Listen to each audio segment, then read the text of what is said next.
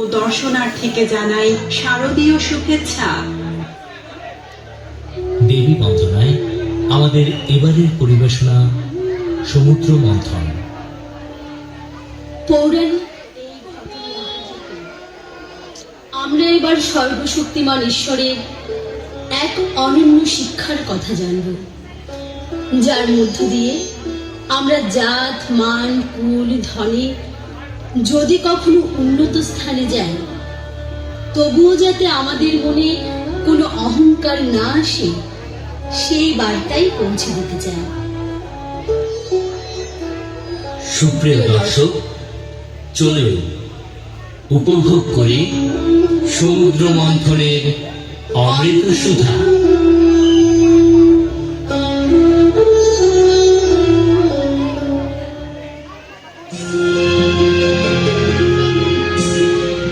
পুরাকালে একবার দেবরাজ ইন্দ্রের সাথে দেখা হয়েছিল মহামুনি দুর্বাসার। মুনিবর দেবাদিদেব মহাদেব থেকে আনা একটি ফুলের মালা দেবরাজকে উপহার স্বরূপ দিলে ভীষণ অহংকারে সেই মালা বাহন হাতিকে দিয়ে দেন ইন্দ্র। দেবরাজের এমন কাণ্ডে দারুণ ক্ষেপে যান দুর্বাসা। ক্ষেপে গিয়ে দেবতাদের প্রতি কঠিন অভিসম্পাত দেন তিনি। দেবরাজ ইন্দ্র, স্বর্গে বসবাস করতে গিয়ে নিজেদের দায়িত্ব ভুলে নিদারুণ অহংবোধে আক্রান্ত হয়েছেন আপনারা। সম্মান আর শ্রদ্ধা ভুলে গেছেন। আমি অভিশাপ দিচ্ছি, অহংবোধে আপনারা দিশেহারা। সেই অহংকার অচিরেই ধুলিতে মিশে যাবে। শ্রীহীন হবেন দেবতারা, শক্তিহীন হবেন, সর্বহারা হবেন শীঘ্রই। দুর্বাসার এমন অভিশাপে ত্রস্ত দেবতারা ক্রমশ সব হারিয়ে ফেললেন। স্বর্গ দখল করে নিল অসুরেরা। দেবতারা ছুটল ব্রহ্মা বিষ্ণু মহেশ্বরের কাছে। স্বর্গের দেবতাদের এমন দুর্দশা অত্যন্ত চিন্তা। অসুরেরা যদি এভাবে স্বর্গ দখল করে রাখে, সেটি ত্রিভুবনের অন্যদের জন্য সুখকর নয়। মর্তের বুকে নেমে আসবে নানা অশান্তি। কিন্তু অহংকারে মত্ত দেবতারা দুর্বাসা মুনির সাথে যে আচরণ করেছেন, সেটিও গ্রহণযোগ্য না। ইতিমধ্যে তারা দুর্বাসা মুনির কাছে গিয়েছিল। রাগত দুর্বাসা মুনি তাদের নিজেদের সুখ সাম্রাজ্য ফিরিয়ে আনতে সমুদ্র মন্থনের পরামর্শ দিয়েছেন।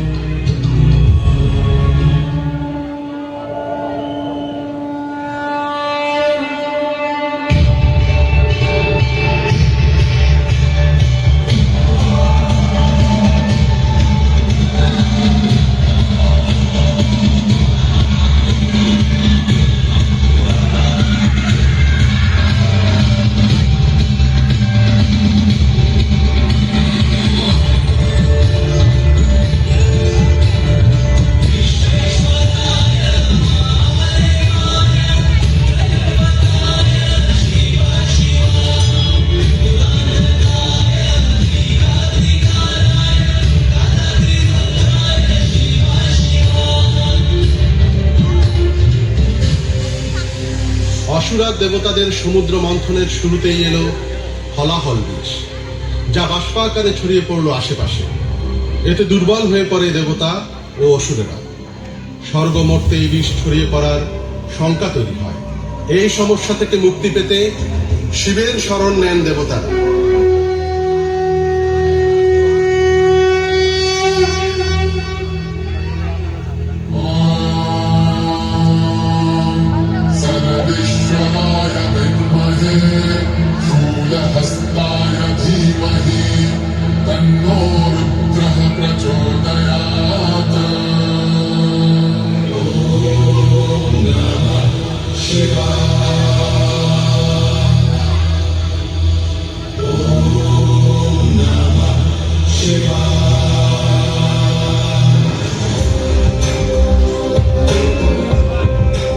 বিশ্ব চরাচরের এই দুর্যোগে জাগ্রত হন মহাদেব। মুক্তির ত্রাতা হিসেবে দেখা দেন। হলাহল বিষ আকুণ্ঠ পান করে নেন তিনি। সেই থেকে মহাদেবকে আমরা নীলকণ্ঠ হিসেবে জানি। चटाटवे गलच्छल प्रवाह पावितस्थले गले लम्ब लम्बिताम्बुजङ्ग तुङ्गमालिका मट्ट मट्ट मट्ट मन्निनाद मट्ट मन्वयं चकार चण्डताण्डवं तनोतु नः शिव हर हर शिव शङ्कर नीलकण्ठ गङ्गाधर आले चरणमते हारे ज्ञानं सा विशाल बैठे हो मृगनयन छाए माथे चंद्र विराजे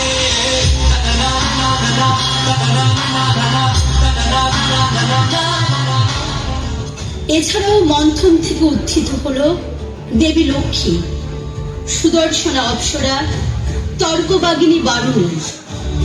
মন্থন কার্যের একদম শেষে দৈববৈদ্য ধনন্তরী অমরত্বের প্রতীক অমৃতের পাত্র নিয়ে উত্থিত হন। এ নিয়ে দেবতা ও অসুরদের মধ্যে শুরু হয় প্রচন্ড যুদ্ধ। এক পর্যায়ে দেবতাদের অনুরোধে মোহিনী রূপ ধারণ করেন বিষ্ণু। অনন্য রূপ ও লাবণ্যে মোহিনী রূপী বিষ্ণুদেব অসুরদের সামনে হাজির হন।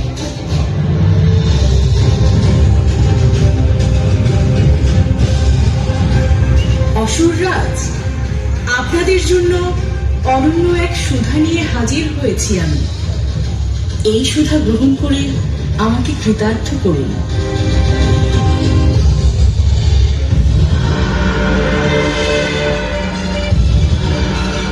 মোহিনীরূপী বিষ্ণু আর সুধার ভাণ্ড দেখে অমৃত ভাণ্ডের প্রতি আগ্রহ হারিয়ে ফেলে অসুররা।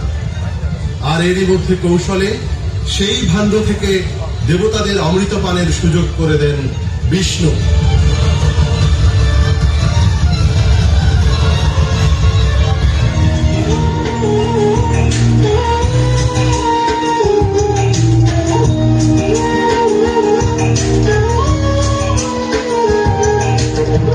অমৃতপানের মধ্য দিয়ে আবারও অসুরদের পরাজিত করল দেবতারা। স্বর্গ আবারও দেবতাদের অধিকারে এলো। সুখ ও শান্তি বিরাজ করল স্বর্গ, মর্ত এবং পাতালে। পৃথিবীর বুকে নেমে এলো শান্তির সুবাতাস। সমৃদ্ধ পৃথিবীতে মহামায়ার বন্দনায় সামিল হল পুরবাসীগণ। দেবীর আগমনী সুর ধ্বনিত হল পৃথিবীর প্রতিটি কোণে।